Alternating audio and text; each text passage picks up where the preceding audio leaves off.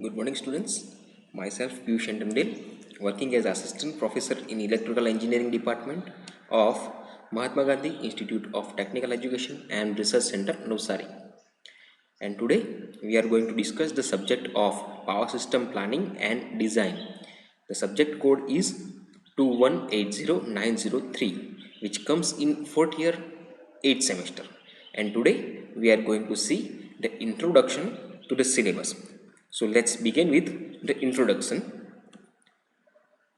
So in this course, we required prerequisites, that is electrical power generation and electrical power system 1, that we already studied in previous semesters.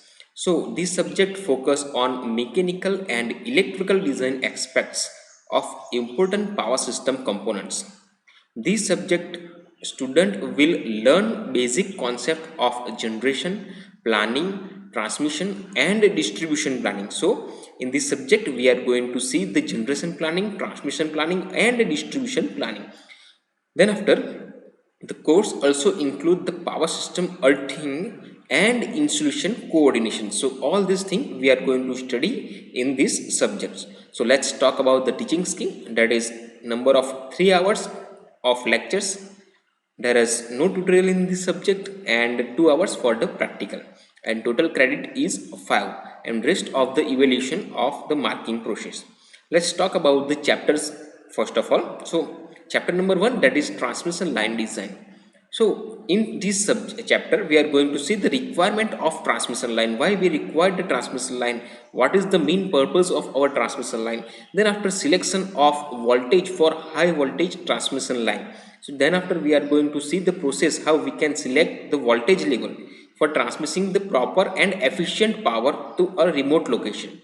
Then after, choice of the conductor. So regarding to the voltage level, we are going to select the conductor size, spacing between the conductors. Then after, the corona loss, insulators, specification of transmission line, surge impedance loading of transmission line, electrical design of transmission line. So all these things we are going to see in this chapter. And the main consideration in mechanical design of the transmission line, that is the sag tension relation and the stringing of transmission line and towers. Okay. Then after, design of EHV transmission line, that is transmission of electrical power at extra high voltage. Design consideration of EHV lines, selection of spacing of conductor. Then after, corona, radio and television interference, we can also call as electromagnetic interference, and insulation coordination of the towers. So these all the things we are going to study from the reference number 1, that is the book of M.V. Deshpande. Then after, in second chapter we are going to see the design of distribution system. So in first chapter we are going to see the design of transmission line, and in second chapter we are going to see the design of distribution system. So development of distribution plan, then after, transmission and distribution of the system, type of distribution system arrangement, primary distribution design and secondary distribution design. Then after, distribution substation, calculation of distributor size, then after, voltage drop and voltage lag duration. This all thing we are going to see in chapter number 2. Now talking about the chapter number 3, that is design of power system, that is introduction to the power system. Then after, selection of size and location of generating station. This is very important aspects whenever we are going to design our power system. Then after, selection and specification of transmission line and size and location of the substation. Then after, interconnection of these all the parameters. Then after, power system earthing. So this is the different chapter, we are going to see the earthing process. So what is the objective of earthing, definitions of it, and then after, tolerance limit of human body of the current. Then after, soil resistivity, we are going to measure the resistivity of soil whenever we are going to design our substation or power station. Then after, earth resistance, tolerable step and touch potential. Then after, design of earthing grid, concrete encased electrode. Then after, tower footing resistance, measurement of earth resistance and measurement of soil resistivity, impulse behavior of earthing system. So this is going to study from the another book, that is the book of B.R. Gupta, that is electrical power system by B.R. Gupta. Next chapter is chapter number 4, that is electrical. Okay, sorry. Next chapter is chapter number 5, that is insulation coordination. So in this chapter we are going to see the introduction to the insulation coordination, then after it's some definitions, then after determination of the line insulation, BIL and insulation level of the substation equipment, lightning arrestor selections, power system over voltage, tentative selection of arrestor voltage fitting, then after selection of arrestor discharge current, arrestor discharge voltage, establishment of impulse voltage level of equipment, protective margins, then after establishment of separation limits, location of lightning arrestor. Next, that is the power system improvement. So how we are going to improve our power system, that is we are going to see in this chapter. So first of all, introduction to the power system improvement system, then after method of power system improvement, which are different method we can improve our power system, then after power system improvement schemes, determination of the voltage regulation and loss in the power system, shifting of distribution transformer center, then after financial aspects of power system improvement scheme. Next thing, that is power system planning, that is introduction to the power system planning, then after method of power system planning, forecasting load and energy requirements, generation planning, transmission system planning, distribution system planning, reliability of electrical power system, methods of measuring power system reliability. Next, they are going to suggest us to visit nearby LTHT electrification and 220 kV or 400 kV substation that need to be carried out. Okay, and here is the level of mark regarding to the theory are given over here. Next, we are going to prefer several books. That is first reference book, that is Electrical Power System Design by M.V.D. Pandey, that is Tata Mackerel publication. Most of the chapter we are going to cover from this book. Then after second book, that is Electrical Power System Design by B.R. Gupta.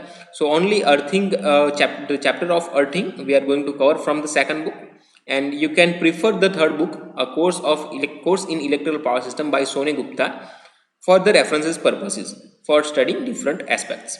Okay, next, here are the course outcome, that is design of transmission line. So you are able to design a transmission line. Then after second, that is design primary and secondary distribution, then after selection of size and location of generating station and substation, then after explain the basic concept of power system earthing and measurement of earthing resistance, explain the basic concept of insulation coordination, explain the basic concept of generation planning, transmission planning and distribution planning. So after studying this chapter, this subject, the students are able to design all these things. Okay, now here are the suggested list of experiment that we are going to perform in our laboratories. So first of all, first chapter, that is design of transmission line.